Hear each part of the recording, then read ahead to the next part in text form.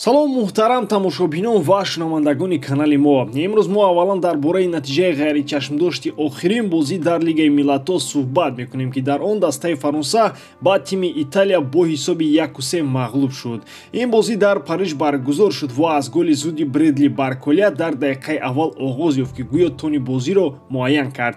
Аммо италиёниҳо на танҳо тавонистанд аз шоки аввалия халос шаванд, балки 3 голи дигар заданд. Федерико Ди Марко, Давид Фратези ва Ҷакомо Распадори ба дастаи худ пирӯзии устувор оварданд. Қайд кунем ки дастаи Фаронса на танҳо дар ин бозӣ, балки дар тӯли тамоми мусобиқа ҳамчун фаворит шумурда мешуд, махсусан баъд аз он ки онҳо дар чемпионати Аврупо 2024 ба нимфинал расиданд. Бо вуҷуди ин, италиёнҳо нишон доданд ки дар футбол пешгӯӣ кардан мумкин нест. Илова бар ин, бояд диққат дод ба натиҷаҳои бади Килиан Мбаппе ки имсол танҳо 2 гол дар 10 бозии дастаи миллии Фаронса задааст. ин метавонад мушкилии ҷиддӣ барои даста шавад агар ин раванд идома ёбад.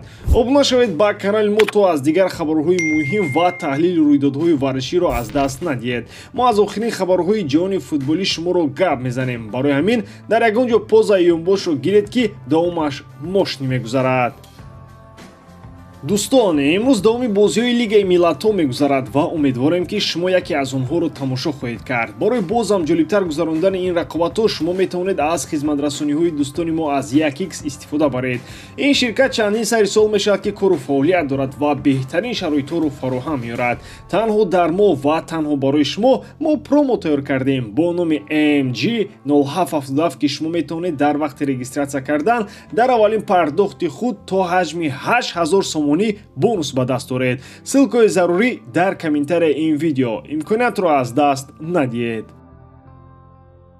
дастаи футболии Барселона ҳамоно ба Адрен Рабио, нимҳиматгари 29-солаи дастаи миллии Фаронса ки баъд аз тарки Ювентус ҳоло агенти озод аст, таваҷҷӯҳ дорад. ин ба Барса имкон медиҳад ки ӯро ҳатто баъд аз баста шудани равзанаи трансфери ба даст орад.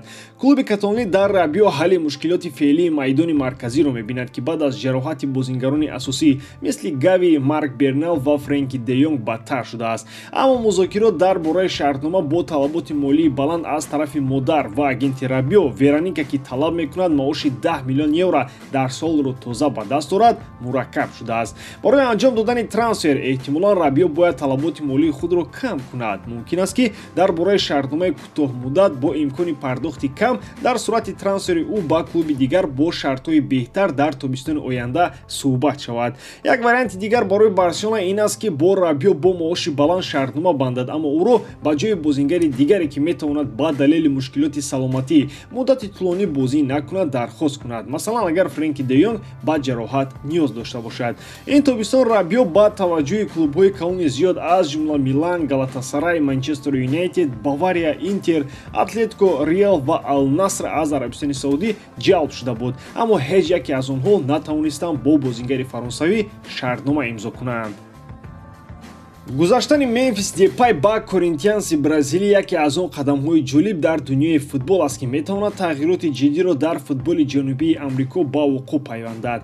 Депай ки 30 сол дорад ва ҳамлавар аст, аллакай дар футболи аврупоӣ таҷрибаи зиёд ба даст овардааст, аз ҷумла бозиҳо барои чунин клубҳо чун Атлетико, Барселона, Ман Юнайтед ва Лион.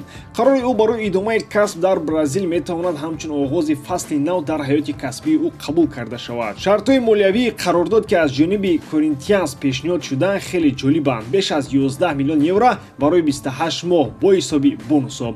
ин нишон медиҳад ки клуби бразилӣ дар пайи мустаҳкам кардани мавқеи худ дар саҳнаи маҳаллӣ ва байналмилалӣ ҷиддӣ аст. Депай дорои техника, суръат ва қобилияти худ дар анҷом додани ҳамлаҳо маъруф аст ки бешубҳа ба бозии Коринтианс рангҳои навро илова мекунад. таҷрибаи ӯ дар арсаи байналмилалӣ ва қобилияти мутобиқ шудан ба услубҳои гуногуни футболӣ ӯро барои даста арзишманд мегардонад. интизор меравад ки омадани Депай ба Сан-Паул дар охири ҳафта барои мухлисони Бразилӣ рӯйдоди муҳим хоҳад буд. ин на танҳо имконият барои дидани истораи ҷаҳонӣ дар майдон аст, балки шанс барои Коринтианс барои баланд бардоштани имкониятҳои худ дар мусобиқаҳои миллӣ ва байналмилалӣ. Криштиану Роналду, легендаи футбол ва машҳуртарин футболбоз аз Португалия ба наздикӣ фикрҳояшро дар бораи он чизе ки барояш дар футбол муҳимтар аст мубодила кард. Ӯ гуфт ки бештар аз ҳама ӯро лаззат бурдан аз бозӣ мотиватсия медиҳад, на ҷамъоварии ҷоизаҳо. Роналду шарҳ дод ки ғолиб омадан дар чемпионати Аврупо дар соли 2016 барояш ҳамон қадар муҳим буд, чунон ки ғолиб омадан дар чемпионати ҷаҳон. Ӯ аллакай ба он баландиҳое расид ки дар бораи онҳо хоб медид ба даст овардан ҷоизаҳои муҳим барои кишвараш. Ба гуфтаи ӯ, ин дастовардҳо дигар ӯро чун пештара мотиватсия намедиҳанд. Футболбоз дар ин бора чунин гуфт: ман мотиватсия дорам, зеро аз футбол лаззат мебарам ва рекордҳо худашон меоянд. Ман дунболи рекордҳо намеравам, онҳо дунболи ман мераванд. Ин калимаҳо баъд аз ғалабаи Португалия бар Хорватия дар Лигаи Миллатҳо гуфта шуданд. Албатта, муваффақияти охирини Лионел Месси дар чемпионати ҷаҳон метавонад ба Роналду таъсири равонӣ расонад, бо назардошти рақобати деринаи онҳо. Эҳтимол баъд аз триумфи Месси, Роналду бештар ба шодии шахсӣ ва лаззат бурдан аз бозӣ такя мекунад, на ба рақобат барои унвонҳо ва ҷоизаҳо. Гарчанде ки пештар Роналду изҳор дошта буд ки чемпионати ҷаҳон орзуи асосии ӯст, ҳоло ӯ бештар ба лаззат бурдан аз ҳар лаҳза дар майдон таваҷҷӯҳ дорад, на аз он ки мухлисон ё ин ки коршиносон дар бораи ӯ чӣ мегӯянд. Шумо дӯстон дар бораи ин чӣ фикр доред? Ба гуфтаи Криш, ҷоми Аврупо баробар ба ҷоми ҷаҳон аст. Андешаи шуморо дар ин бора дар комментария интизорам. Ба ҳамин тамом боварӣ дорам ки эҷодкории ман ба шумо писанд меояд. Лайк, комментария ва дар канал обуна шуданро аз ёд набароред. Бо шумо мисли ҳар вақта Муҳаммад Гаиров. Хай бародарон, дар паноҳи Аллоҳ.